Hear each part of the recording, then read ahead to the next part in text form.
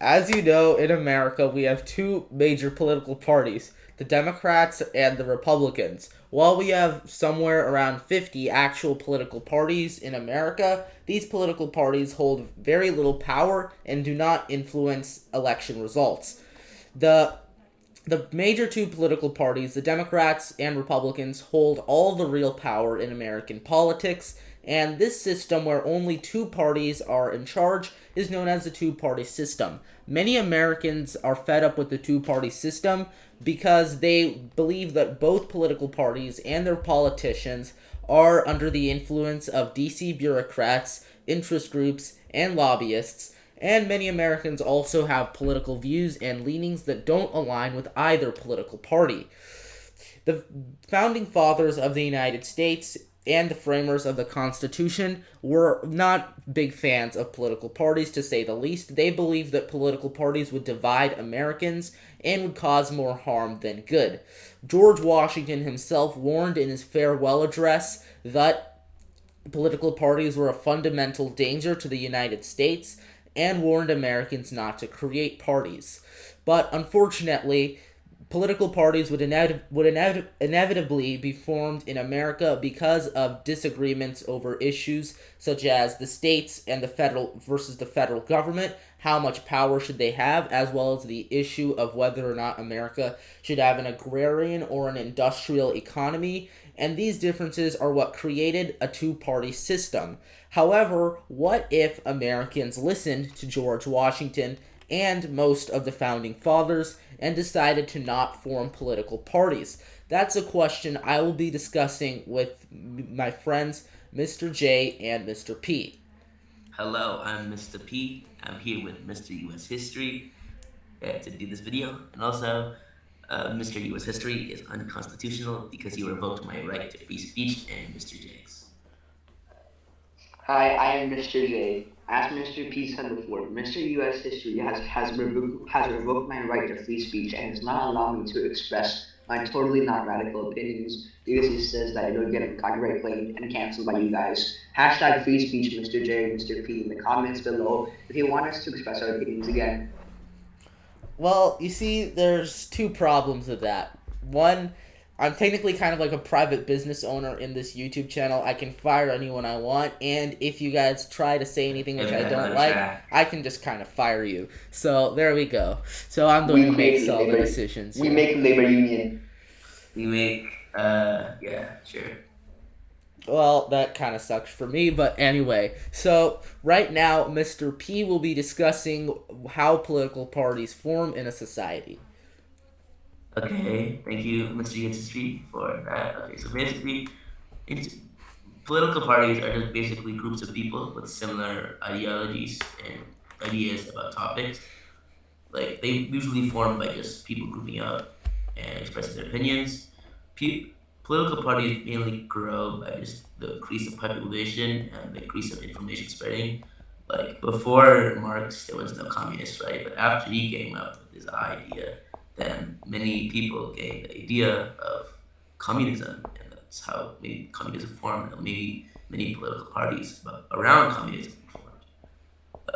Yeah, an example of yeah, another one example is the United Kingdom. Even though it's a constitutional monarchy, it also has other parties, like the Conservative Party, the Labour Party. So yeah, that too. And in the United States, political parties are sometimes good. Like for example, you can choose which side you want, like the Democratic or Republican Party, and you can vote for a candidate. But the problem is that political parties can divide people and like decrease instability and like make a lot of conflicts.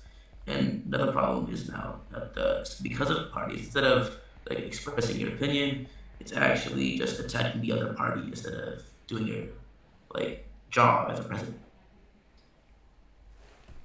Great, very well explained by Mr. P. Now, Mr. J will explain about how nonpartisan democracy works. Yep, hi. So, in large countries such as the US, it's always inevitable for political parties to form because in the US, because of the high population and the rate of development and the rate of spreading of information, as Mr. P said, because there are a lot of differing opinions and people work back together, that means that many political parties will form no matter what. Yep. And some examples of nonpartisan democracies. So those are basically like just uh, Not democracies with no political parties. So those are mostly very small countries where it's impractical to set up a government system because of the resources and population needed, which they don't have. Some examples are mostly going to be in like very small island nations in Oceania, such as the Federated States of Micronesia, Palau, and Nauru, two of which don't even have a capital city because they don't have enough people to actually make one. Next, I'm going to talk more in depth about nonpartisan democracies. Basically, nonpartisan democracies are democracies where government elections are neutral and unbiased, and there is a single system of rule. This creates a much more unified population on government. The people aren't influenced by bias nor prejudice based upon labels, based upon political parties being placed as candidates. This causes them to vote only for, and this causes them to vote not for the label of the party that they support. Instead, they vote for the qualities of the candidate themselves and what they will do to improve the country. Most of the time, political parties will not be outlawed in nonpartisan democracies, but instead they are just not formed. This also causes candidates to not be discriminated against by other people. So, one way for political parties to not be formed in America would be if in the United States Constitution there was a provision which made the United States a nonpartisan democracy and outlawed political parties. But this would, however, form factions rather than parties, because as you may see, there were plenty of differences between the Democratic Republicans and the Federalists at the time. So instead of formal parties being created, factions would have been made instead. As you can see today, in modern time, we can see that is a broad difference between establishment politicians Mr. on U.S. both history. sides Who of was the that aisle. in the previous slide? Oh, Who that is that politician? That's Bernie Sanders, brother. yeah. Really?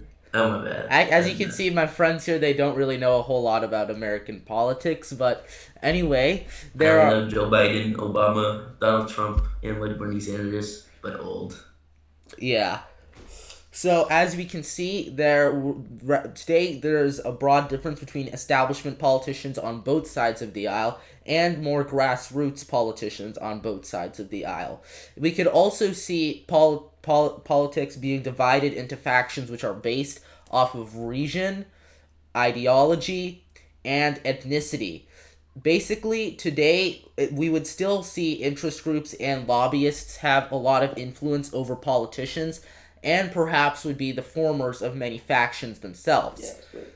We may even see more common ground being formed between politicians, but at the same time we would still see politicians being deeply entrenched with lobbyists and special interest groups. Yeah. One key difference we would see in America is that on our ballots, we wouldn't see candidates with D's or R's next to their names. We would instead just see blank stuff. Like you can see this nonpartisan ballot right over here, where we would just vote for candidates, and we would actually research them instead of simply voting for them based off of their party label. Yes. Okay, so basically, because of the unbiased voting for the candidates, that means that the candidates, so they can no longer rely on cunning and stupid tactics such as personal attacks against other candidates and their parties to win elections. But they instead have to actually pledge to do things that will benefit the country, thus allowing the U.S. to grow even more and become an even stronger world superpower. Yeah. There's actually more requirements to vote because like people can't just be like Democrat and like just vote for the Democratic president like without even researching or knowing anything about them. Like that may be a problem because they might be like heavily corrupt and stuff. So yeah. Well, in this situation, everyone would vote for any candidate. Like, you wouldn't just vote for a candidate because of their political party, because there are no political parties. You would actually have to research the candidates. And actually, Mr. J, you probably would still see candidates personally attacking each other, but you wouldn't see them personally attacking the other political party instead. Oh, I see. Okay. My bad. So, we would still, however, America would still be divided between different factions, even though there would be more common ground. So, the overall impact of there being no political parties in America would be that just how our ballot would appear, in the sense that we would have to research our candidates much more thoroughly than just looking at whether or not they have an R or a D next to their name. Thank you guys so much for watching this video. Make sure to like this video and subscribe to the channel. Yeah, smash like and subscribe. Subscribe. Also, guys, remember, hashtag free speech, Mr. J, Mr. P in the comments below so we can express our opinions again. Let us express our opinions because Hashtag Mr. US First Amendment. Let's go. Hashtag free speech for Mr. J and Mr. P. Cancel Mr. US history because he won't let us have our constitutional rights. The only problem is that they are a bit too radical. That's the problem. So I, in fact, am not that radical. It's Mr. J who is radical. yeah, I'm allowing Mr. P free speech. It's just Mr. Hey, J. that's unfair. You have So- to be fair to all the people in a group. I don't know. Anyway, thanks for watching this video, fellow viewer, and please Racial profiling.